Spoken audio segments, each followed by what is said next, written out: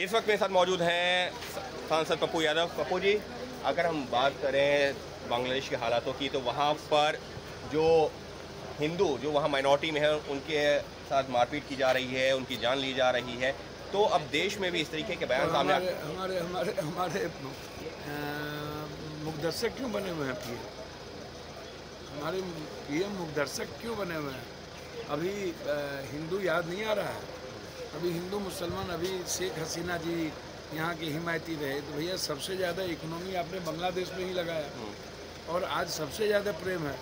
यहाँ के माइनॉरिटीज, यहाँ के ST/SC से आपको नफरत हो जाती है और शेख हसीना से मोहब्बत हो जाती है। लेकिन करिए ना। लेकिन तमाम विपक्षी पार्टियां तो कह रही हैं कि इस मुद्दे पर सरकार के साथ हैं। आप शेख हसीना को लेकर के लगातार सवाल खड़े कर रहे हैं। भैया मेरे विपक्ष पार्टियां बिल्कुल साथ है, लेकिन हमारे लोग तो असुरक्षित हैं।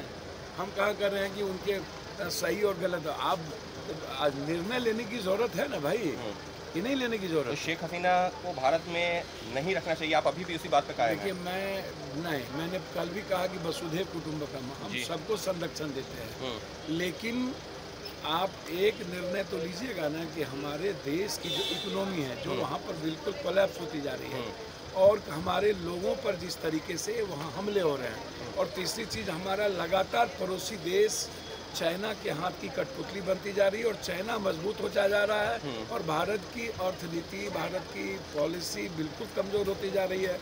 नेपाल से लेकर के पाकिस्तान तक चाइना यदि, तो फिर हम सुरक्षित कहाँ से रहेंगे? जरा ये सत्ता पक्ष और विपक्ष दोनों से पूछें। लेकिन सबके बीच में इस पर भी बता दीजिए कि जो सलमान खुर्शीद कह रहे हैं या हसन खान कह रहे हैं कि अगर जो है लोगों की आवाज़ इसी तरह दबाई जाती रही लोकतंत्र में, तो इसी तरीके का बांग्लादेश ऐसा माहौल हमारे देश में भी बन सकता है। एक बात समझिए, भारत में बांग्लादेश क्या दुनिया की कोई माहौल, भारत की जो डेमोक्रेसी है बिल्कुल डिफरेंट है, समझ गए ना?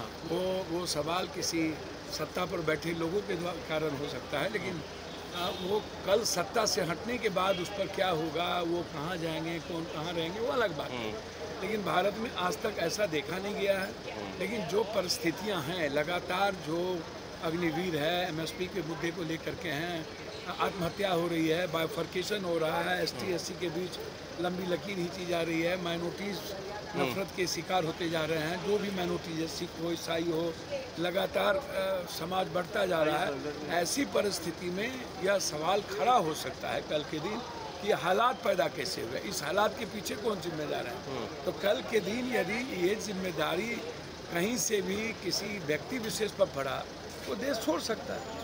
लेकिन हमारे देश की जनता ऐसी नहीं हो सकती। हमारे देश की जनता ऐसे ही नहीं हो सकती जैसी बांग्लादेश में इस वक्त तस्वीरें हैं। लेकिन कटाक्ष ज़रूर कर रहे हैं पप्पू यादव कि अगर किसी एक व्यक्ति की वजह से इस तरह के हालात बने तो उसको देश छोड़ने की नौबत भी आ सकती है। Ankit Gupta, ABP news, Delhi. For exclusive and insightful videos, subscribe to our new channel ABP Live Premium.